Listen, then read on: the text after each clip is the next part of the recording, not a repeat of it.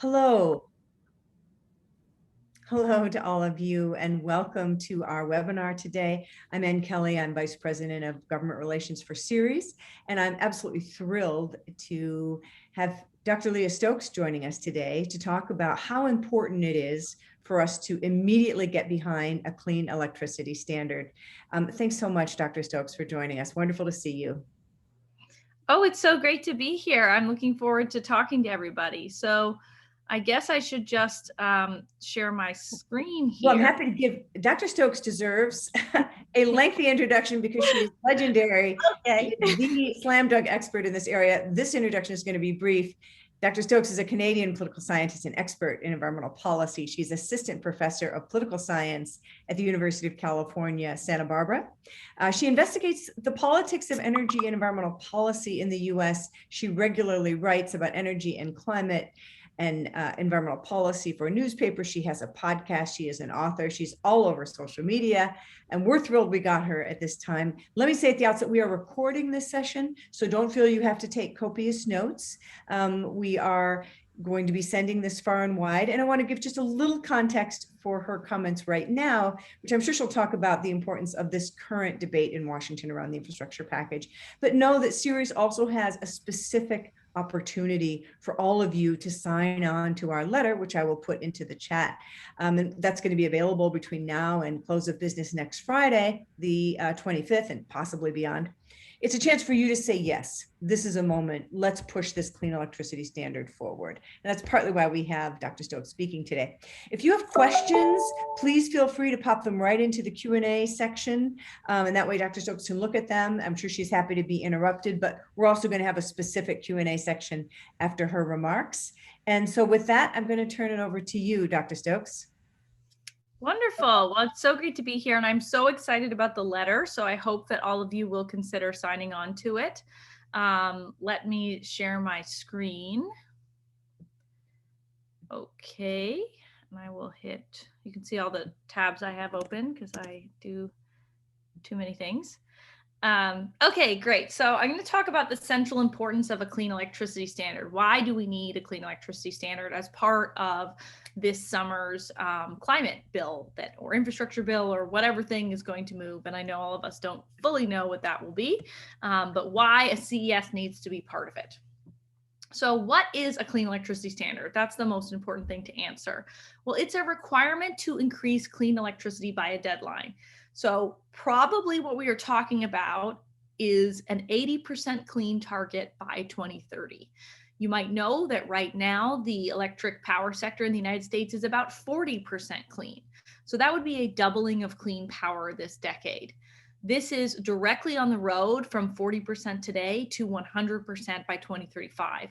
And I'm sure folks are familiar with the fact that President Biden campaigned and won very actively on a target of 100% clean power by 2035. Now, this isn't a new idea. I wrote a whole book called Short Circuiting Policy, looking at the history of this idea. Initially, these were called Renewable Portfolio Standards, or RPS policies. Of course, those were requirements to increase renewables by a deadline. And usually they weren't targeting 100% or even really large percents, right? Because we know that our electricity system is likely to be made up of a bunch of different sources. So as states decided to get to higher and higher levels of clean power, they expanded from a renewable portfolio standard to a clean electricity standard. And now we're actually at a place where we have some version of this idea in most states across the country, including Republican states and purple states. And actually more than 1 in 3 Americans already live in a place that's targeting 100% clean electricity in the coming decades. So we have states like Washington, California, Colorado, many others that are saying we want to get to 100% clean power. So this isn't really a new idea. We know it works. Now, do we need to do this? The answer is yes. And I'm going to talk a bunch about these things again and again, but There are other things on the table for the power sector, which is very important, such as extending the critical tax credits, the renewable energy tax credits, like the investment tax credit or the ITC, and the production tax credit or the PTC. But what the modeling is showing us, and I was actually just talking with folks about this morning, we were trying to nail this down more, is that if we do this, we're only going to see maybe a increase from 40% today to let's be a little optimistic and say we'll get to 50% clean by 2030. In general, we're not going to see a lot of clean growth. Now, partially that's because if we do this only, we will probably see nuclear plants go offline. And if nuclear plants go offline, we end up kind of running in place. So I was just calculating the numbers, and under these scenarios of just a tax credit, we're likely to see about 15 percentage points growth in renewables. So we would go from 40% clean today to about 55% clean in 2030. However, we're going to lose about 5 percentage points of nuclear. So that's how we slide back down to that about 50%. So in order to reach this 80% clean target by 2030, we really have to have more than just the tax credits. The tax credits are a foundational thing because what they do is they make renewables the cheapest resource. They're absolutely critical and they work hand in hand with the clean electricity standard. And there should be no sense of competition between these ideas because they're very symbiotic, but they're just simply not enough. And I'll talk in a minute about why clean electricity is so important, but suffice it to say, getting to 80% clean by 2030 is essential to hitting the president's targets of cutting emissions by about 50% by 2030. Now, this has really big benefits for pollution across the board, and I'll show you this in a figure. If we were to get to 80% clean power by 2030, we would, of course, double the clean power this decade. So we go from 40% clean to 80% clean. That would be huge in and of itself. But what the modeling is showing us is that that will translate into massive pollution reductions. So it would cut power sector emissions of carbon pollution 86% below 2005 levels. Okay, remember, this is a scenario where we pass the tax credits and the CES. So the tax credits are helping with this, but getting to that 80% clean by 2030 cuts the power sector emissions by 86% below 2005 levels. Remember that the president's target is a 50% cut economy-wide below 2005 levels of carbon pollution by 2030. This is what we would call the Paris contribution of the United States to the international agreement. Now, what this means is if the power sector cuts carbon pollution by 86%, it gets us more than halfway to that target of the 50% cut. So the power sector can be contributing more than, let's say, 25% of economy-wide carbon pollution reduction.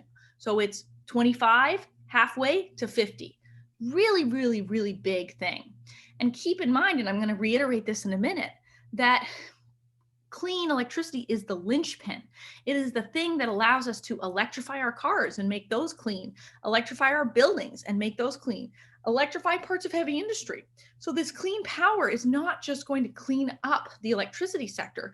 It's going to become the catalyst for emissions reductions in that other half of the equation, right? The other 25% cut we've got to get is going to come from transportation through things like EVs and school buses that are electrified and public transit. And that's all going to be enabled by clean power. Now, in addition, we are also going to see massive pollution reductions in terms of what we would call conventional air pollution. So SO2 would drop 93% this decade. NOx from the power sector would drop 76%. You can imagine that if I had the mercury and particulate matter numbers, those would also drop exponentially. These conventional air pollutants overwhelmingly have impacts on communities of color, low-income Americans, also everyday people too across the country. Pollution is everywhere, but we know that it's overwhelmingly hitting communities of color. And since today is the first nationally recognized Juneteenth, I think it's important to recognize that the kinds of commitments that a lot of corporations have made towards racial justice and equality over the past year should also be mirrored in making commitments towards pollution reductions, because pollution reductions are really critical for frontline communities and communities of color who are really breathing in this polluted air. Okay, now I just want to pause here and talk a little bit about those symbiotic tax credits, our good friends, the tax credits. Now, keep in mind that in addition to the clean electricity standard, there's also this conversation happening about tax credit extensions and turning them into direct pay. This is a very important thing that is necessary to this decarbonization of our power sector. So as much as I fully want you to sign the CES letter, I hope you recognize that it's part of a broader effort in the power sector, things like transmission investments, tax credits for renewables, that's going to transform the power sector. So what we really need is support for this whole approach, and the CES is absolutely critical, and so are tax credits. So this will allow us to get clean power up quite a bit by 2030, and what it's going to do is make wind and solar the cheapest resource to build. So it's going to basically shore up and make it easier to meet our 80% clean electricity standard target by 2030. One of the key changes that's being discussed is changing these tax credits into direct pay mechanisms. This is a very important policy because it makes the policy more efficient, meaning each dollar that we spend gets us more clean power, and it makes it more accessible, meaning more actors in the corporate sector can participate in this program. So why is it more efficient if we use direct pay? Because right now, about 30% of the value of the tax credit is going to third-party brokers, people who put together tax equity deals between, let's say, a clean energy, renewable energy developer and someone who holds federal tax liability. That transaction cost means that less of the money is going towards the renewables that we so desperately need to grow as fast as possible. So if we turn it into direct pay, what it means is that if you have tax liability, you can participate, federal tax liability. If you don't have federal tax liability, it basically functions like a grant. You don't have to have federal tax liability in order to participate. And so that third-party brokerage cost goes away. It also allows more actors to participate. You probably know that the utility sector has things like nonprofit rural electric co-ops, nonprofit municipal utilities, and even some investor-owned utilities that pay no federal taxes or very low federal taxes. And so it makes it hard for all the different actors in society to get on board with building renewables if they can't really access this program. So this is a really important thing to also be supporting in the transition to 80% clean by 2030. Now, why is clean electricity so important? Here I am previewing all my talking points, but sometimes you need to hear things multiple times to have them sink in. This is sort of teaching 101. So a clean electricity system plus electrification is, in my view, the pathway to climate action. It gets us perhaps 70 to 80% of economy-wide carbon pollution reductions. That's massive, right? Because we know in order to stabilize our climate, we have to cut pollution pretty much to zero by 2050, if not sooner. And so what does this pathway do? Well, first, we're going to take the pollution from the electricity sector, which is accidentally reversed on this slide. It should say 28% electricity and 29% transportation, but that gives you a sense of how neck and neck electricity and transportation have been over the past few years in terms of which one's the larger polluter. Transportation is currently.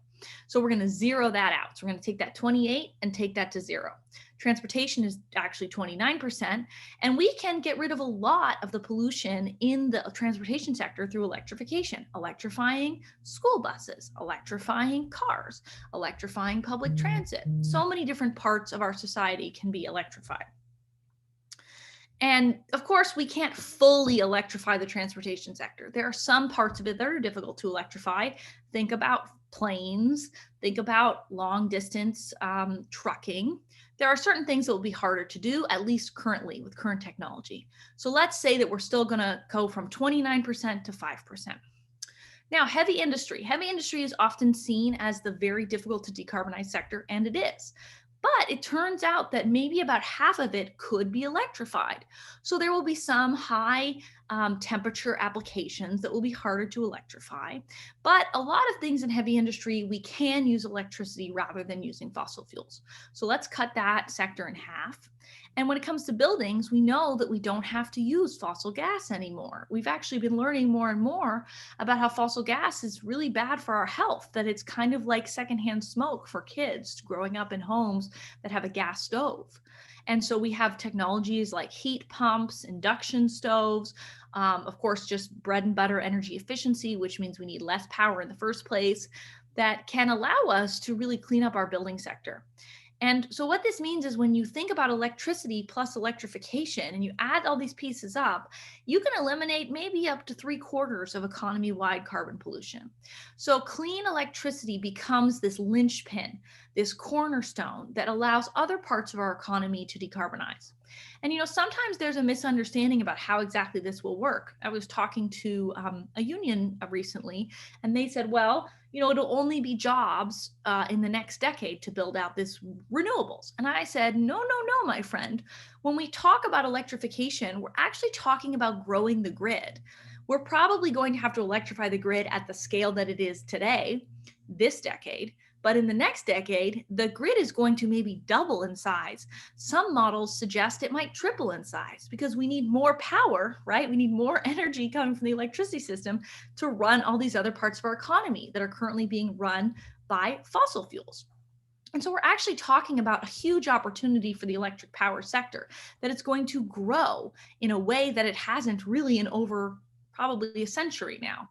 I like to say that some of the founders of the electric utility industry, like Thomas Edison and Samuel Insull, were they alive today, they couldn't believe the opportunity ahead of us in terms of job creation and growth in the power sector. The power sector has really been at a place where they haven't seen demand growth for a long time, but electrification will change that picture dramatically. And through it will create millions of jobs. And we, of course, want those jobs to be good paying jobs. So can Congress do this? This is probably the question you want to hear the most from me about. So I don't mean to be holding back, but I've spent over a year now trying to figure out how we can do a clean electricity standard under different scenarios in Congress. So of course, there are different ways we can do this. One, we could pass a CES through regular order if it's bipartisan. There have been efforts to make a clean electricity standard bipartisan for a long time. I will have to say that Representative DeGette has made a lot of efforts in those regards. It's unfortunately not come out that way. And that's surprising and in some ways upsetting, because at the state level, a lot of the first renewable portfolio standards were passed and signed under Republican governors. This does not need to be a partisan thing at all. But when we look at what's been happening with the bipartisan debate, we haven't seen any indication that it would, the bill that's been put out. So they've just, I think, announced about, I think it's either 74 or 75 billion for the power sector, but we haven't heard that that would include a clean electricity standard or the tax credits or some of these really critical things we need. Maybe it'll include transmission, and hey, that would be great too, but it's probably not going to include a clean electricity standard. Now, of course, one could get rid of the filibuster, and then you could pass it through regular order, but only need 50 votes in the Senate. But you've probably been reading the news and recognize that that is an unlikely thing to happen. And so the question becomes, can it be done through budget reconciliation? Budget reconciliation is a process that is about budget, basically spending money, bringing in revenue, etc. And you don't have to have pay-fors, meaning you can also be spending money that's debt. And that's a process that only requires 50 votes in the Senate plus one, meaning the vice president. So that's the conversation about that's happening right now. And that is where likely the big infrastructure package, the American Jobs Plan, as we would call it, is likely to live. And I believe and have worked very hard on figuring out how to do a clean electricity standard through budget reconciliation. And I'd be happy to talk through some of those mechanics with Anne after I'm done the presentation. But suffice it to say, yes, we can pass a CES through budget reconciliation. And of course, I think we should recognize that there are other tools in the toolbox, that the Biden administration has, the Clean Air Act, for example, and that really we want a clean electricity standard so that the federal government can be a partner with the electric utility industry, with independent power producers, with all these different parts of our economy to help pay for the cost of the transition. But if we can't get to yes on it, they can compel the transition in other ways that don't have these dollars and investments and resources. I don't think that's the way to go, because it won't be great for ratepayers, it won't be great for utilities, it won't be great for independent power producers and so many others. It won't be great for all the folks who buy power, meaning corporations, right? Big power consumers. That's probably not the way to go. And so that's why I think it's so critical for corporations to be speaking up right now. It's actually in their own interest, because what a clean electricity standard through budget reconciliation will do is allow the federal government to be a partner in the transition and invest in the transition and bring down the costs of the transition, not push it onto large energy consumers, not push it onto everyday ratepayers, et cetera. So now this is not the only thing we're doing, as of course I've mentioned. There's also going to be the tax credits.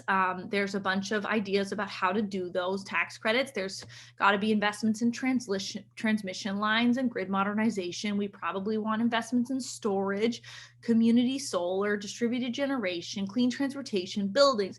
You know, this is a big package. That's why the American Jobs Plan was put out over $2 trillion. We have a lot of things to do. And the EPA is going to continue along with implementing the statutes that it already has. So I just want to end here on some of the public support. It's very popular, the clean electricity standard. So what you'll see here is that by a 2-to-1 margin, basically, voters support a clean electricity standard. So were corporations to step out and say, we support a clean electricity standard, suffice it to say that your clients, the people who buy from you, they're going to support that probably, because it's a very popular idea. It's really popular amongst Democrats. It's very popular amongst independents, and even Republicans. You know, they're not totally opposed to it. We have 54% opposed, but 37% in support, and this 9% who are undecided. And I think that just speaks to some of the polarization that's unfortunately been happening around climate action recently. But this is a very popular idea. And again, to speak to the day that we are meeting on, Juneteenth, this is a very popular idea amongst people of color. Support is higher amongst Black and Hispanic Americans than even amongst white Americans. And I think that again speaks to the fact that these communities are on the front lines of pollution, and that delivering on these promises and benefits would really be transformative. Literally, when we say, I can't breathe, you know, that movement, it's not just about police brutality, it's also about pollution and how much we are putting the costs of our energy system into the bodies of Black, Brown, and Indigenous Americans. And that's a really big injustice that needs to stop. So this is the vision here, okay? We have regulations, we have tax credits, and we have the CES, and they get us from about 40% clean power today to 80% clean power in 2030. And I think if we all envision what will our lives be like 9 years from now? How old will we be? You know, think about our family members, think about our community. I think we could all feel very proud if we speak up now and we try to push this over the finish line about the role that we played in creating a better world. So if you want to read more about this, and you particularly want to hear about how exactly does this CES work in budget reconciliation, we put out a whole report on that in February. Of course, it's a little out of date now. I would say when you look at that report, look at option 1. That's the option that is being the most developed.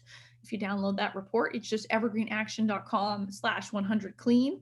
And the basic idea is that the federal government says, here's how much clean power you need. If you are getting close to your target or hitting it as a load serving entity, a utility, you get some payments. If you do not, you get a fee. So that's the basic idea. It's quite distinct from how a CES or RPS works at the state level, where it's based on credits and it's really financed through ratepayers. This is a program that would be financed through tax and debt, and therefore would not be pushing the costs of the transition onto large industrial energy consumers or other large energy consumers or ratepayers. And you can also go look at some of the polling more in depth if you'd like that. And actually, very soon, I think a group or two is going to be releasing public opinion estimates for every single congressional district in every single state across the country. And suffice it to say, a majority of people pretty much in every single place supports a clean electricity standard. And that polling should be coming out pretty soon. So I'm going to stop sharing my slides and turn it over to Anne to maybe ask some questions. And sorry if I'm a little granulated here. I probably don't have good enough lighting, but hopefully you can still mostly see me. We can see you, we can hear you, and we love what you have to say. That was so helpful, Leah. And I remind our listeners that everything Leah just said and all her slides will be part of our recording. So you can listen again. I know I often have to listen many times when I listen to Leah's podcast, but I actually thought that was really straightforward and pretty undeniable. A couple of questions. Let me just remind the group of two things. You can place your questions in the Q&A, which is right on your screen at the bottom there. And you can also look over to the chat function where you see that I have put in the link to our sign-on letter. And within that link, there's also a Q&A that Leah helped us to put together that answers some of your more straightforward questions. If there's a question in there that you want to ask, you can pose it right here to Dr. Stokes as well. And let's start with, I thought there were so many good slides, but there were two things that I really want to underscore in this political moment. And those were the two slides, I've seen you give them the four, that talk about voters of all parties really support a 100% clean energy grid. And that was really specific. If you looked in the fine print of those slides, it wasn't that voters just support a clean electricity standard. It was that voters across all stripes support a 100% clean energy grid. So that's really important. And I guess I'm wondering about the construction of the clean electricity standard. There's been some debate over how clean is clean and what should be included. Should one include nuclear, for example? And we have some advocates who want to include natural gas in a clean electricity standard. And I wonder if you could speak to that and speak to whether, is a clean electricity standard right out of the box 100% renewable? Is there an evolution perhaps? So what would you anticipate were we to get a clean electricity standard in these bipartisan talks, for example? What would you anticipate that looking like? Yeah, so whether the clean electricity standard comes through the budget reconciliation or the bipartisan approach, which it seems like are going to be moving in tandem, we seem to be having a development in the past couple of days that say we're going to do both at the same time, which personally I think is great. Go for it. Let's do both at the same time.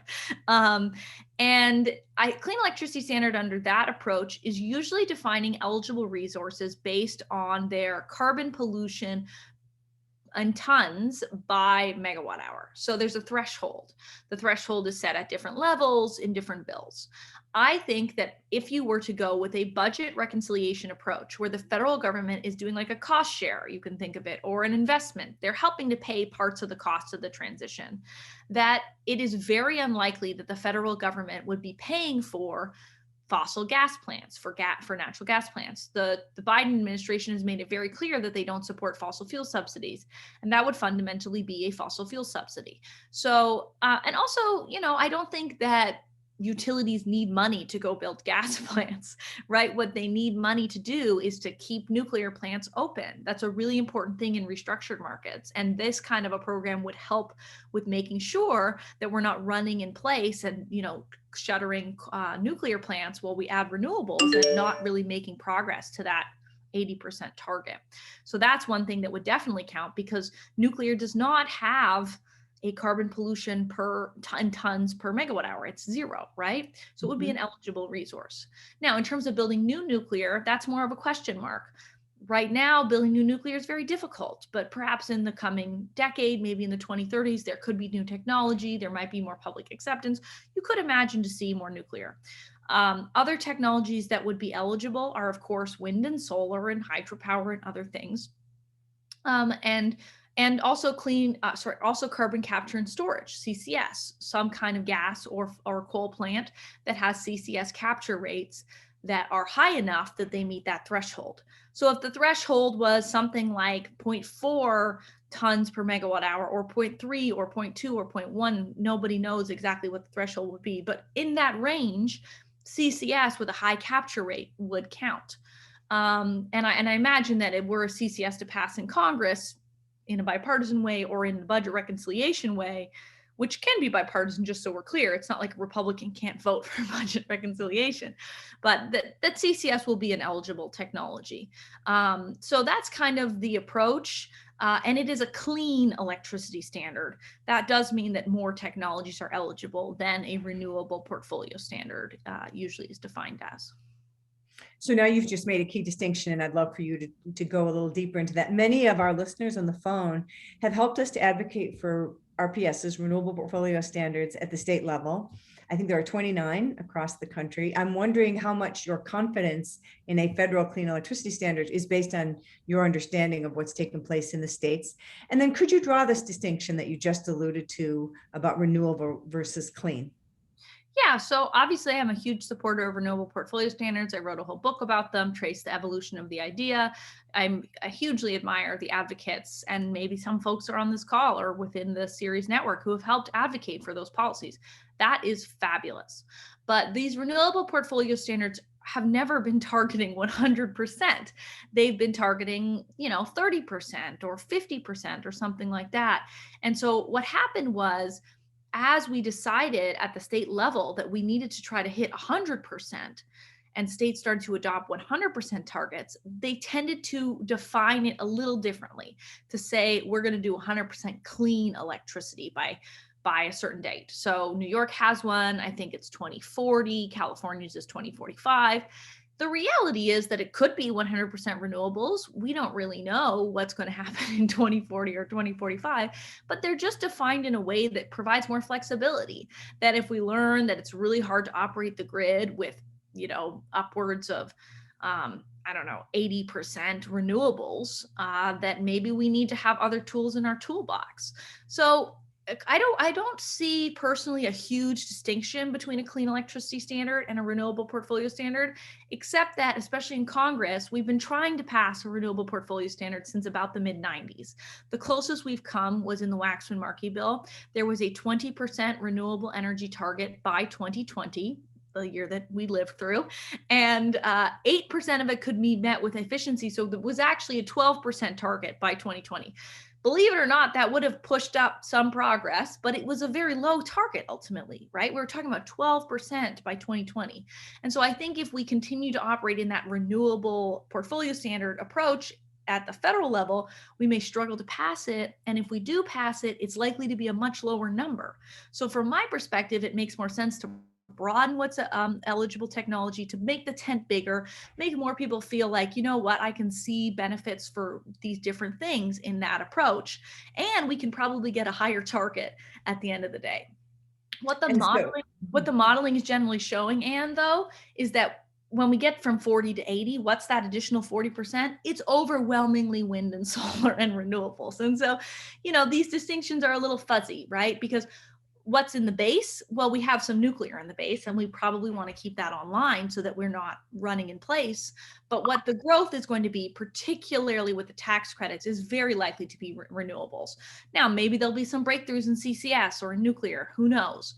But really, really likely that we're going to have an enormous amount of renewables. So if there are folks who feel, I really feel very strongly about renewables, don't read the CES as not supporting your dreams. It does. And if there are folks who feel, I want to give a shot to CCS and nuclear, great. The CES does that too. It can be both things, is what I'm trying to say. And that's what's nice about the framing, is that it can fit a broader tent of support. And I think that's why we're so hopeful it will get over the finish line. Terrific. And so we remain hopeful that it'll get over the finish line in the regular order, that we'll get those 10 Republicans on board. That's certainly what Ceres is pushing for. And so again, your signing onto this letter just helps that whole cause. But just go back to, again, this is very much what we hope for in the bipartisan negotiations going on. In the event, and there may be many other climate elements that get into that bill, and we'll support it. And it may be that the CES ends up in the budget reconciliation. And I've heard you talk about this in a podcast, but can you just go a little more specific? Like, what does that look like if it's in the budget reconciliation? Yeah, so it's a pretty simple idea. So you need to, if you are an expert in RPSs and CESs at the state level, you got to mentally bench your knowledge on that. If you're not, great, it's going to be easy for you to understand. But I'll just say, people who really know CESs and RPSs, they're going to get tripped up a bit. So put those things aside, because it doesn't work like a normal state RPS or CES. The idea is that the federal government would set out for each load serving entity, that's a utility, basically, that's the compliance entity. They would say, hey, where are you in 2021? What's your benchmark, your baseline? And, maybe one load serving entity is below the national average. They're at 20%. And they would say, great, you start where you are, you're at 20%. And next year, you need to add 3 percentage points more clean. So you got to go from 20 to 23%. That's what you need to do. If you do that, or even if you get close to doing that, let's say you add 2%.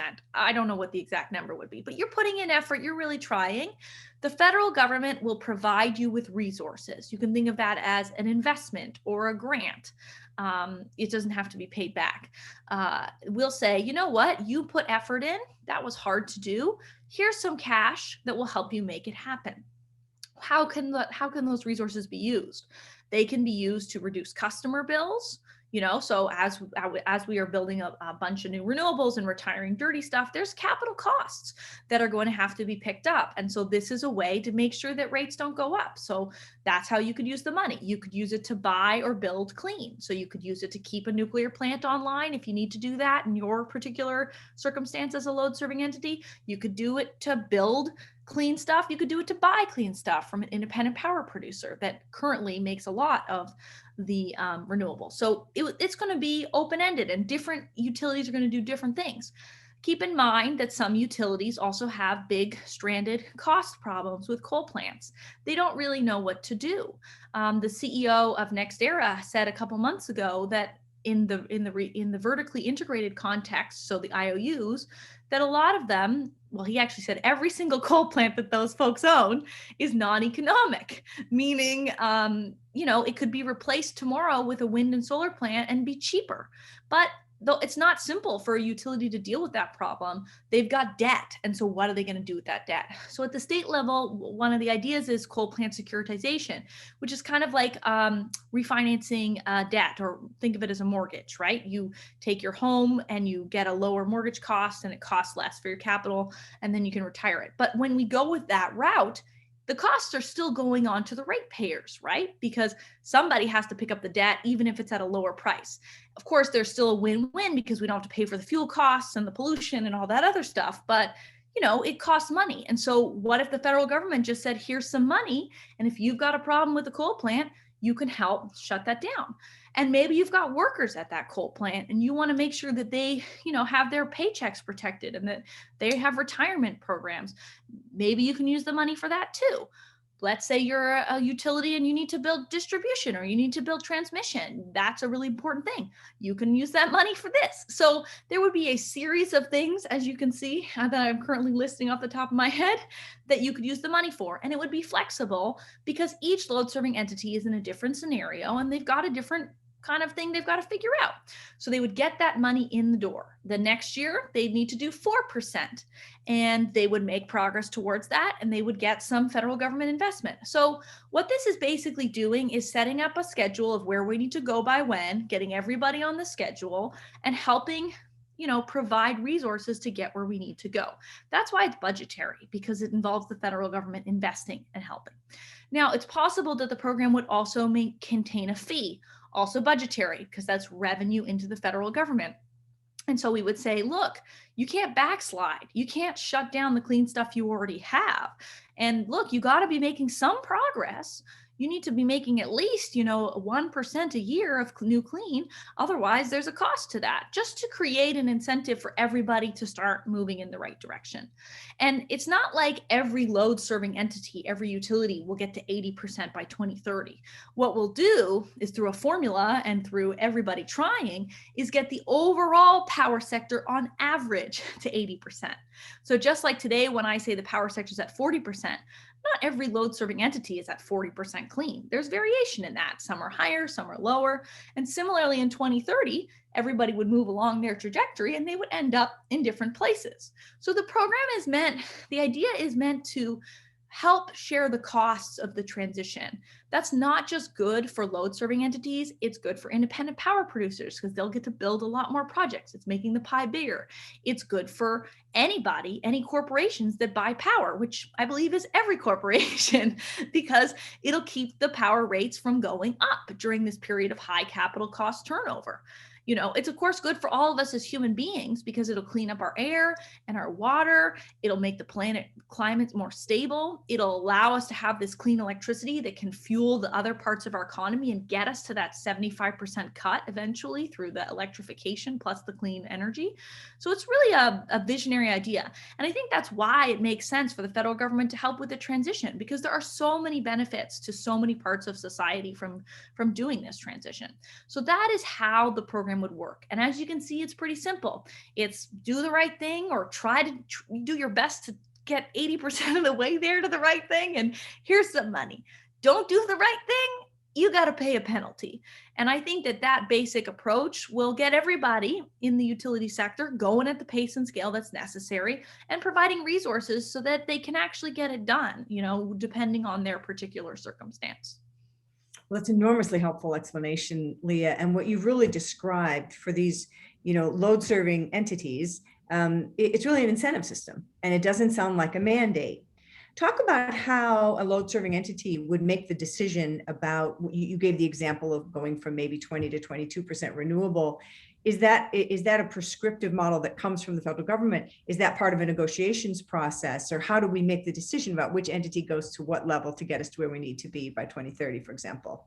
Yeah, so all bills in Congress are negotiations, and all actors in society, particularly corporations, participate in shaping them. So we're at the early stages of this conversation. And so, I think the president has been very clear that he wants to get to 100% clean by 2035. But keep in mind that the budget reconciliation process is a 10-year budget window. So we don't have to have that, oh God, 100%, that's too hard fight. We can just put that aside. It's like marriage counseling or something like that. We don't have to have the macro argument. Let's just think about what we can do now together in the here and now. And so the budget reconciliation process says we pretty much can only go to 2030, 2031. And so let's say that 80% is our target by 2030. And I think that there's a lot of consensus around that. And actually, I think, was it 13 utilities have already signed a letter saying that they like to get to 80% by 2030. So there is support even from the industry for this. And, for each load serving entity, there would be a schedule that would add up ideally to that 80%. But keep in mind, there's flexibility provisions in there, like I said, which is like, if you're making an effort, but you're not quite hitting it, you probably will still get resources and not pay a fee. So that weakens the overall program. It means that getting to 80% will be a little bit harder.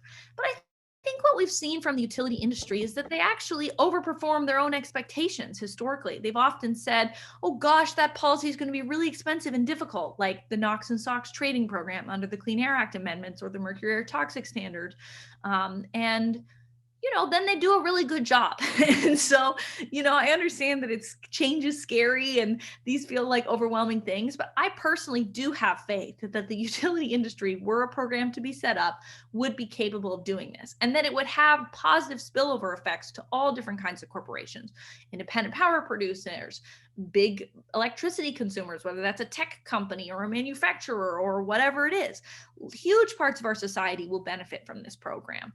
And so yeah, there will be a negotiation as these things develop. And it's likely that people like Senator Manchin, for example, will be very much central to such a negotiation. And we know that he has the interests of important folks in mind and will want a program that works for everybody across society, including fossil fuel workers.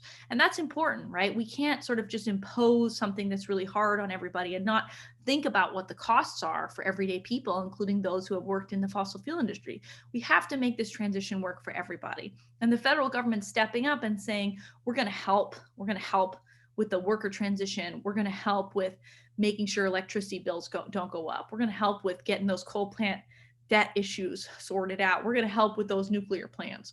We're going to help with covering the costs of renewables. That's really what I think is the approach here. It's a public-private partnership, you could say, or it's a collaborative idea.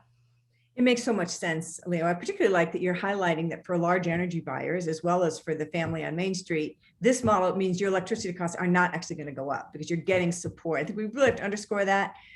We all know about Wexman-Markey and the electricity tax that it was characterized inappropriately. So thanks for emphasizing that. I've got a good question here. One of our listeners is saying, can you address the issue of battery storage, especially long-term battery storage capacity? There's lots of utilities saying that to ensure reliability, they need gas, but we know how quickly the technology is developing. And can you share some projections about expected developments in battery storage? Is the federal government likely to also, subsidize that kind of innovation and research? Yeah, great question. Well, first of all, remember, gas still exists under this program. It exists when we get from 40 to 80, and it still exists at the end. We're at 80, right? It's not like there'll be no gas in the system in 2030. There's still that 20% headroom for other stuff. And all along the way, moving from 40 to 80, there's always going to be some gas there or other sorts of fossil generation. So it's not like we're saying there's no gas in the system in 2030 and there's no backup generation and there's no sort of way to deal with the flexibility in the supply side with the renewables. So that is going to still exist. And what we know from modeling of many different groups like Vibrant Clean Energy, Energy Innovation, et cetera, is that you can run a grid with 90% clean power. So we can run a grid with 80% clean power. So I think that's the first thing to remember.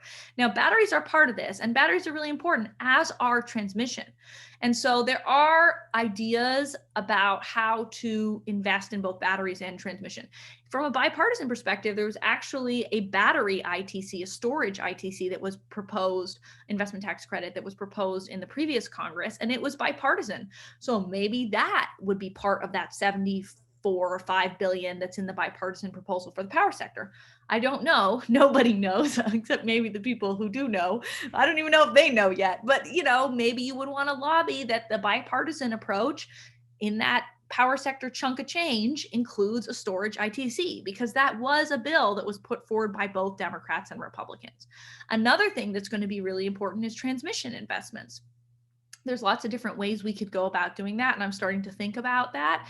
But right now, we actually have massive amounts of renewables in the queue, and they are dealing with interconnection approval challenges, right? And so making sure there's been a proposal, for example, for a transmission ITC.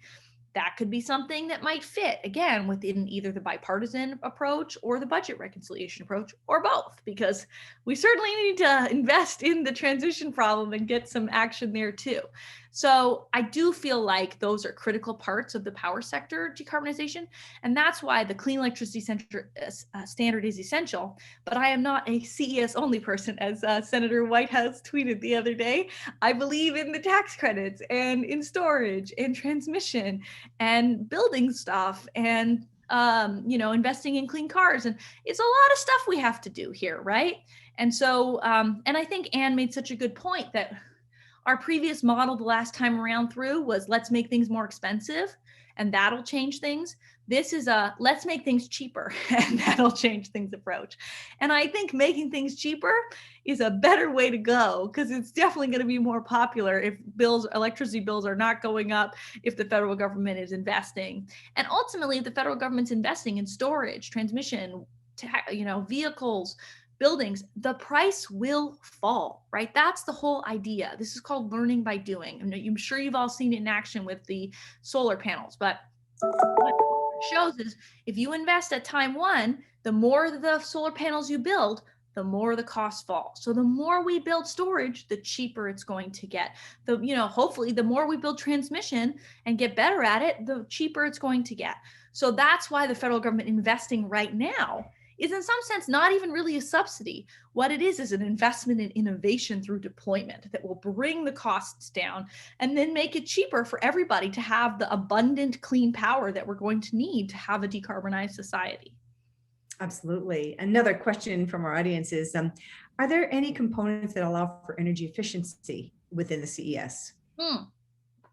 Yes, absolutely. Energy efficiency is critical. And when I was listing off all the ways the utility could use the money, I neglected in my mental list to put energy efficiency on there. If a utility wants to run an energy efficiency program, they can use that, or partner with a third-party group that wants to do it. They can use that cash infusion through the reconciliation approach that I've been talking about to do energy efficiency. And that might be something they want to do, because keep in mind that the way the target works is what's your clean over your total load served. And so if you reduce your total load served, that makes it easier to get more of clean as a ratio, right? So if you figure out ways to use less energy, that can help you hit your target too. The denominator is as important as the numerator in this calculation of percent clean. And so I think that energy efficiency is going to be very important. And it's not just going to come through the clean electricity standard. I also have been doing a fair amount of work on buildings, building electrification, another passion of mine. And I think that there are lots of ideas right now and bills out there that talk about, support for building envelope retrofits to make sure that we're not using as much power in buildings, for example.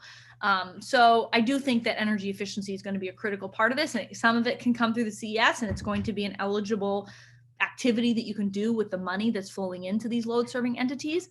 But some of it will also come in other sectors, like, for example, the building sector. And that's going to be a really important part of the AJP as well. Okay, I think you've made a really compelling case for, if you're a load serving entity, if you're a power company, why you would like this. We have a number of power companies who've come to Ceres and said, look, we love this. Let's do a sign-on letter. They're going to be joining. I have to ask you the other question, which is, can you imagine, and you made, again, just such a compelling case about the expansion of the grid and new customers and expansion of load, and supporting entities that are truly earnestly in the transition, supporting them financially. I have to ask you what the opposition would say. Who are the power sector companies that might not be in complete and total support of this standard, and why? Well, I think there's a lot of concern about the fee side of things. So obviously I focus a lot on the incentive, and the incentive is going to be much bigger than the fee. I call this carrot forward. And we don't really want anybody to pay the fee, because that means we're not hitting our targets. And that means that, you're putting costs on the ratepayers, and that's not our objectives here. The fee exists to compel action, really, not to actually collect money. That's very different from a carbon price, again, or carbon tax, or a cap and trade, where they'd want to collect money, right? They want to raise revenue, and the fee is a real thing that operates.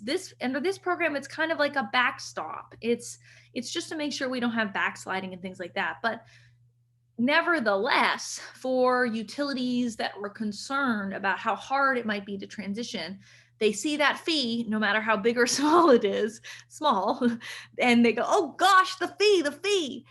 I personally think, having looked at utilities a lot in my work and the history of them, that they tend to over perform. If they were like a student or a professor or something like that, they would be the person who chronically thinks, this is actually how I am as a person.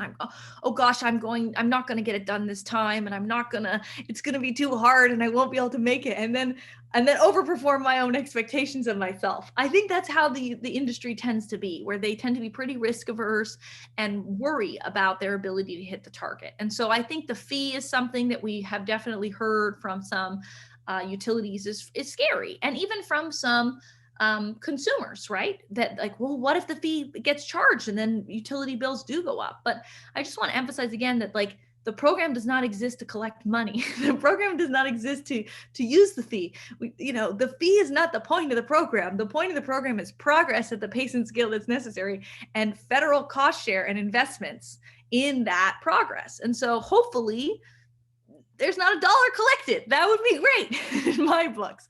So that's some of the concerns that we've definitely heard. I also think independent power producers might say, well, what's in it for me? And I would say to independent power producers, first of all, the tax credits are definitely in it for you, tax credit extensions. And secondly, you have to remember in a negotiation that it's about expanding the pie as much as it is about cutting the pie. And what a CES does is it dramatically expands the pie. So if we're going to be building huge amounts of wind and solar, instead of getting like maybe 10 to 15 percentage points new wind and solar in the next decade, so getting from about 40 to, let's say, 55 optimistically percentage points, we're going from 40 to 80. The pie is a lot bigger. Now, will every wind and solar project be built by an independent power producer? No. But will more projects be built by independent power producers than would have otherwise without a CES?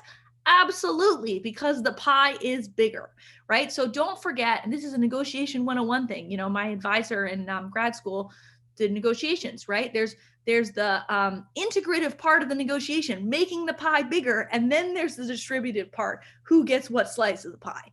And I would just remind everybody that the pie is a lot bigger and everybody can get a slice of it because it's now a supersized pie here if we go with this approach. So that's going to help consumers. It's going to help independent power producers. It's going to help utilities. It's going to help ratepayers. So many parts of society will benefit, let alone the pollution reductions. We'll all have less asthma and less healthcare costs, and let alone the stable climate that we all benefit from. So if I'm a power company and I want to avoid paying the fee, all I have to do is join in the collective project of being part of the transition. If I'm part of the solution, I'm not only part of the solution, but I'm going to be getting financial assistance to help me through that. Absolutely. And a lot of utilities have put out these plans to say they want to be part of the solution, but their actions so far are not totally lining up with that. And in fairness to utilities, they don't have great incentives to align their actions because, for example, the only way really that utilities right now can rate base is by building fossil plants like a gas plant, because it's very hard for them to access the tax credits. So it's hard for them to build clean power, and therefore it's hard for them to rate base. So this will align incentives a lot better for them to do the right thing, right? We want to make the system point them in the right direction and allow them to be profitable, allow them to do what they do every day, to hire union labor. Utilities are actually very good at hiring union labor. And that would be great if more of our wind and solar was built with good paying jobs. So I think that this is a system that will create good outcomes for a lot of people in society, including unions. Couldn't agree more. Another question, Leah, that I know you've alluded to and I've heard you speak about is the relationship between a CES and carbon pricing. Could they coexist? How would you see that working? Absolutely. There's no reason why a CES and carbon price can't coexist. A carbon price would raise the costs of dirty electricity and, for example, wholesale power prices and stuff like that. And a CES would lower the costs of clean stuff. So they operate in similar ways, but one makes things cheaper and the other makes things more expensive. The reason why I tend to support the making things cheaper world is I think it has more popular support behind it. I think it's easier to sell to corporations and the public, we're going to help you make things cheaper, than it is to say we're going to make things more expensive and we're going to punish people for doing the wrong thing. We want to reward people for doing the right thing. And partially that view comes out of myself and actually my husband. He's a carbon pricing expert. He studied carbon pricing around the world, and just seeing that a lot of places struggle to get a carbon price that's high enough to really change behavior because it's not politically popular to implement it. So from my perspective, let's go with the win-win solution. But again, if you really like carbon pricing, there's absolutely no reason why these things can't go together. In a lot of states, they're starting to go together. What tends to happen, though, is that the CES or the RPS goes first and the carbon price goes second.